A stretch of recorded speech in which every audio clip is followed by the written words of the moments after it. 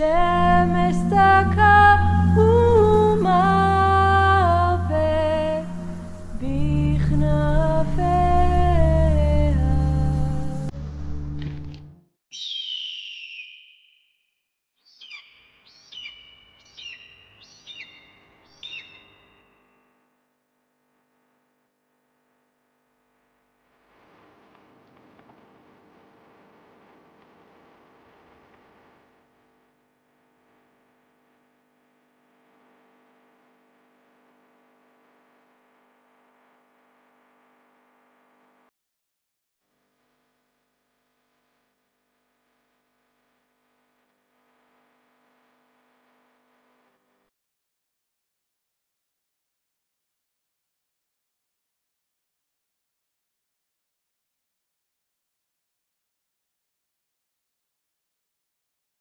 What we in general call the Old Testament, I like to call with the Jewish people with a Hebrew acronym, Tanakh.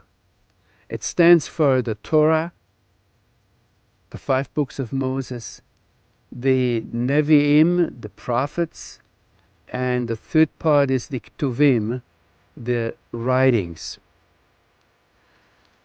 If you look for the book of Ruth, for the book scroll of Ruth within the Tanakh, you see that it kind of looked for its place and didn't really find it up until, I should say, recently.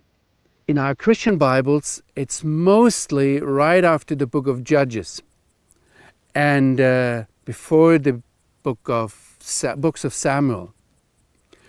You have some Jewish editions of the Tanakh, and there you find the book scroll of Ruth right after the Proverbs, because of, that's a guess, because the Proverbs close with the praise of the good housewife, the Eshet Chayil, and Ruth is called Eshet Chayil by Boaz, and maybe therefore it found its place for some time there right after the book of Proverbs. Today in Hebrew editions, we see that the third part of the Tanakh, the Ketuvim, the writings, are ordered according to a liturgical order, and there we find first the Psalms, and then the Proverbs, and then the book of Job, and then the 5 Megillot, the 5 book scrolls that are read at 5 feasts, the 5 major feasts in Israel. The first one is the Song of Songs, which is read or connected with Passover, with Pesach. And the second is Ruth, the scroll of Ruth, which is read at the Shavout feast, the Feast of the Weeks, Pentecost. And then we have the third, Lamentations, for the 9th of Av, for the fasting and mourning over the destruction of Jerusalem and the destruction of the temple especially. In the 4th place we have the Kohelet, the preacher, that is read during the Sukkot feast, the Feast of Tabernacles.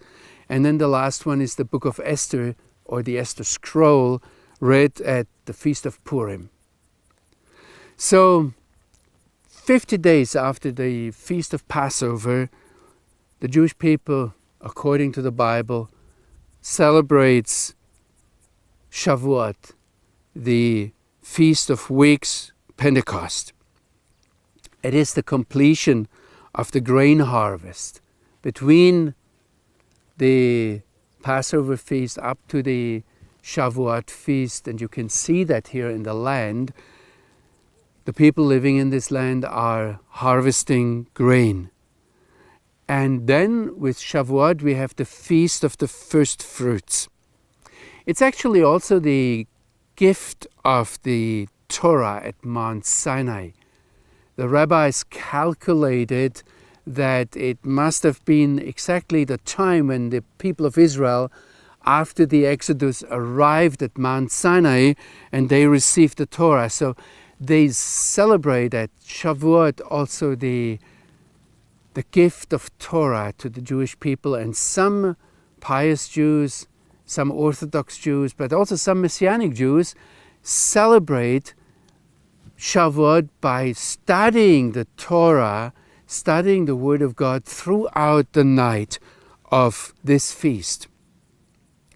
Shavuot is next to Pesach, next to Passover, and Sukkot, the Feast of Tabernacles, one of the three great pilgrimage feasts of Israel, on which every Israelite man had or has, depending on how you see it, to appear before the Lord in Jerusalem 3 times a year.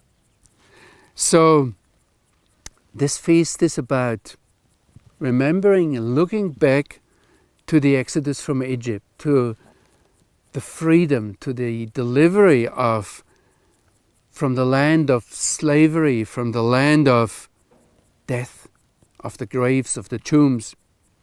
It looks forward to the place that the God of Israel chooses to have His name dwell there, Zion, Jerusalem. It's a feast that looks towards Jerusalem. And interestingly, it is a feast that already Moses touched that issue. If you go up 3 times a year, if you go up on Shavuot, the Lord will care for security in the land. So it's about the security in the land. It's a very up-to-date topic. And then it's about the Lord blessing His people of Israel. And that's why the whole extended family, the whole clan has to rejoice, has to be joyful. And this is not just a recommendation, it's not just a feeling, but it's a command. Actually, to be joyful is a command in the Bible that goes up into the New Testament. If we think about Paul asking the Philippians, rejoice in the Lord, always. So if we are not rejoicing, we are not obeying the Lord's commandment. And then, last but not least, the Feast of Tabernacles, the Feast of Shavuot, the Feast of Weeks, is about bringing a gift to the Lord. Moses already said, don't come empty-handed, but bring a gift according to the blessing that the Lord blesses you. And I would like to continue there, thinking of myself, bring a gift according to the blessing, so the Lord doesn't bless you according to your gift.